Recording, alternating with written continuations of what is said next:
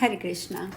सौती कहते हैं, शौनक, देवर्षि नारद ने नारायण ऋषि के आश्रममय आश्रम को देखा, जो बेर के वनों से सुशोभित था। नाना प्रकार के वृक्षों और फलों से भरे हुए उस आश्रम में कोयल की मीठी कूक मुखरित हो रही थी। बड़े बड़े शर्भों, सिंहों, व्याघ्र समूहों से घिरे होने पर भी उस आश्रम में ऋषि राजनारायण के प्रभाव से हिंसा और भय का नाम नहीं था। वह विशाल वन जनसाधारण के लिए अगम्य और स्वर्ग से भी अधिक मनोहर था। वहां नारद जी ने देखा, ऋषि प्रवर नारायण मुनियों की सभा में रत्नमय सिंहासन पर विराजमान हैं। उनका रूप बड़ा मनोहर और वे योगियों के गुरु हैं। श्री कृष्ण स्वरूप परमेश्वर परम ब्रह्म का जप करते हुए नारायण मुनि का दर्शन करके ब्रह्मपुत्र नारद ने उन्हें प्रणाम किया। उन्हें आया देख नारायण ने सहसा उठकर उन्हें हृदय से लगा लिया और उत्तम आशीर्वाद प्रदान किया। साथ ही स्नेहपूर्वक कुशल समाचार पूछा और आतिथ्य सत्कार किया। फिर नारद जी को भी उन्होंने रमणीय रत्नमय सिंहासन पर बिठाया। उस रमणीय आसन पर बैठकर नारद जी ने रास्ते की थकावट दूर की और उन ऋषि श्रेष्ठ सनातन भगवान नारायण से, साथ ही उन सब परम दुर्लभ मुनियों से भी पूछा जो पिता के स्थान में वेदाध्ययन करके वहां विराजमान थे। नारद जी बोले, प्रभो, योगेश्वर शंकर से ज्ञान और मंत्र का उपदेश पाकर भी मेरा मन तृप्त नहीं हो रहा है, क्योंकि ये बड़ा चंचल है और इसे रोकना अत्यंत कठिन है। मेरे मन में प्रभु की कुछ ऐसी धारणा हुई जिससे मैंने आपके चरणोविंदों का दर्शन किया। इस समय मैं आपसे कुछ विशेष ऐसा ज्ञान प्राप्त करना चाहता हूँ जिसमें श्री कृष्ण के गुणों का वर्णन हो, जो कि जन्म, मृत्यु और जरा का नाश करने वाला है। भगवान ब्रह्मा, विष्णु और शिव आदि देवता, देवराज इंद्र, मुनि और विद्वान मनु किसका चिंतन करते हैं? सृष्टि का प्रादुर्भाव किससे होता है और उसका लय कहाँ होता है? समस्त कारणों के भी कारणभूत सर्वेश्वर विष्णु कौन हैं? जगतपते, उन ईश्वर का रूप अथवा कर्म क्या है? इन सब बातों पर मन ही मन विचार करके आप बताने की कृपा करें। नारद जी का ये वचन सुनकर भगवान नारायण ऋषि हंसे। फिर उन्होंने त्रिभुवन पावनी पुण्य कथा को कहना आरंभ किया।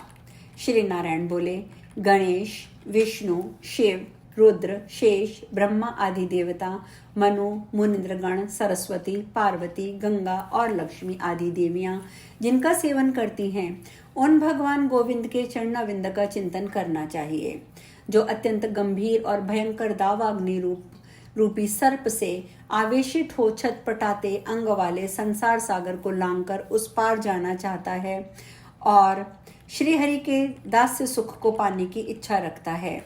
वह भगवान श्री कृष्ण के चरणाविंद का चिंतन करे, जिन्होंने गोवर्धन पर्वत को हाथ पर उठाकर ब्रजभूमि को इंद्र के कोप से बचाने की कीर्ति प्राप्त की है।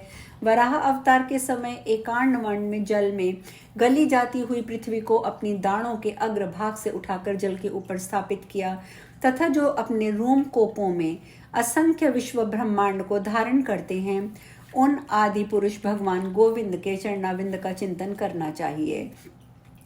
जो गोपांगनाओं के मुखरविंद के रसिक भ्रमर हैं और वृंदावन में विहार करने वाले हैं, उन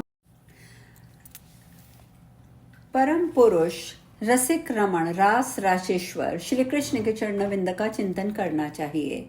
वत्स नारद मुने, जिनके नेत्रों की पलक गिरते ही जगत सृष्टा ब्रह्मा नष्ट हो जाते हैं, उनके कर्म का वर्णन करने में भूतल पर कौन समर्थ है? तुम भी श्री हरि के चरणाविंद का अत्यंत आदर पूर्वक चिंतन करो। तुम और हम उन भगवान की कला की भी कला के अंश मात्र हैं। मनु और मुनिंद्र भी उनकी कला के कलांश ही हैं। महादेव और ब्रह्मा जी भी कला विशेष हैं और महान विराट पुरुष भी उनकी विशिष्ट कला मात्र हैं।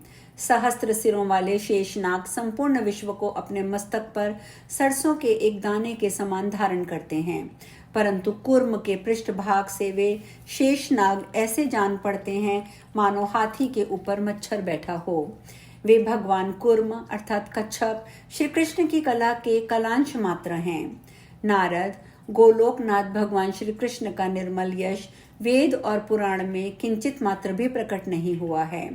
ब्रह्मा आदि देवता भी उसका वर्णन करने में समर्थ नहीं हैं। ब्रह्मपुत्र नारद, तुम उन सर्वेश्वर श्री कृष्ण का ही मुख्य रूप से भजन करो। जिन विश्वाधार परमेश्वर के संपूर्ण लोकों में सदा बहुत से ब्रह्मा, विष्णु और रुद्र रहा ही करते हैं तथा श्रुतियों और देवता भी उनकी नियत संख्या को नहीं जानते हैं, उन्हीं परमेश्वर श्री कृष्ण की तुम आराधना करो। वे विधाता के भी विधाता हैं। वे ही जगत प्रवस्मिनी नित्य रूपिणी प्रकृति को प्रकट करके संसार की सृष्टि करते हैं। ब्रह्मा आदि सब देवता प्रकृति जन्य हैं। वे भक्तिदायिनी श्री प्रकृति का भजन करते हैं। प्रकृति ब्रह्म स्वरूपा है, वह ब्रह्म से भिन्न नहीं है। उसी के द्वारा सनातन पुरुष परमात्मा संसार की सृष्टि करते हैं। श्री प्रकृति की कला से ही संसार की सारी स्त्रियां प्रकट हुई हैं। प्रकृति ही माया है जिसने सबको मोह में डाल रखा है। वह सनातनी परमा प्रकृति नारायणी कही गई है क्योंकि वह परम पुरुष नारायण की शक्ति है। वह सनातनी परमा प्रकृति नारायणी कही गई है क्योंकि वह परम पुरुष नारायण की शक्ति है। सर्वात्मा ईश्वर भी उसी के द्वारा शक्तिमान होते हैं। उस शक्ति के बिना वे सृष्टि करने में सदा असमर्थ ही हैं। वत्स, तुम इस समय जाकर विवाह करो। मैं तुम्हें पिता के आदेश का पालन करने की आज्ञा देता हूँ। जो गुरु की आज्ञा का पालन करने वाला है वह सदा सर्वत्र पूजनीय तथा विजयी होता है। जो पुरुष वस्त्र, अलंकार और चंदन से अपनी पत्नी का सत्कार करता है उस पर प्रकृति देवी संतुष्ट होती है। ठीक उसी तरह जैसे ब्राह्मण की पूजा अर्चा करने पर भगवान श्री कृष्ण संतुष्ट होते हैं। प्रकृति ही संपूर्ण लोकों में अपनी माया से स्त्रियों के रूप में प्रकट हुई है। अतः महिलाओं के अपमान से वे प्रकृति देवी ही अपमानित होती है। जिसने पति पुत्र से युक्त सती साध्वी दिव्य नारी का पूजन किया है उसके द्वारा सर्व मंगलदायिनी प्रकृति देवी का ही पूजन संपन्न हुआ है। मूल प्रकृति एक ही है, वह पूर्ण ब्रह्म स्वरूपिणी है। उसी को सनातनी विष्णु माया कहा गया है। सृष्टि काल में वह 5 रूपों में प्रकट होती है। जो परमात्मा श्री कृष्ण के प्राणों की अधिष्ठात्री देवी हैं तथा समस्त प्रकृतियों में उन्हें सबसे अधिक प्यारी है, वह मुख्य प्रकृति का नाम राधा है। दूसरी प्रकृति नारायण प्रिया लक्ष्मी है जो सर्व संपत्ति स्वरूपिणी है। तीसरी प्रकृति वाणी की अधिष्ठात्री देवी सरस्वती है जो सदा सबके द्वारा पूजनीय है। चौथी प्रकृति वेद माता सावित्री है जो ब्रह्मा जी की प्यारी पत्नी और सबकी पूजनीय है। पांचवी प्रकृति का नाम दुर्गा है जो भगवान शंकर की प्यारी पत्नी है। उन्हीं के पुत्र गणेश हैं। इस प्रकार आज यहाँ पर ब्रह्मखंड संपूर्ण होता है। तो कल हम अगली चर्चा हम कल करेंगे। आज कथा में हम यहीं विश्राम लेंगे और कल हमारी जो चर्चा का विषय होगा वो प्रकृति खंड होगा, क्योंकि ब्रह्मखंड का यहाँ पर समापन हुआ है, संपूर्ण हुआ है। कल हम प्रकृति खंड की चर्चा आरंभ करेंगे। हरे कृष्णा।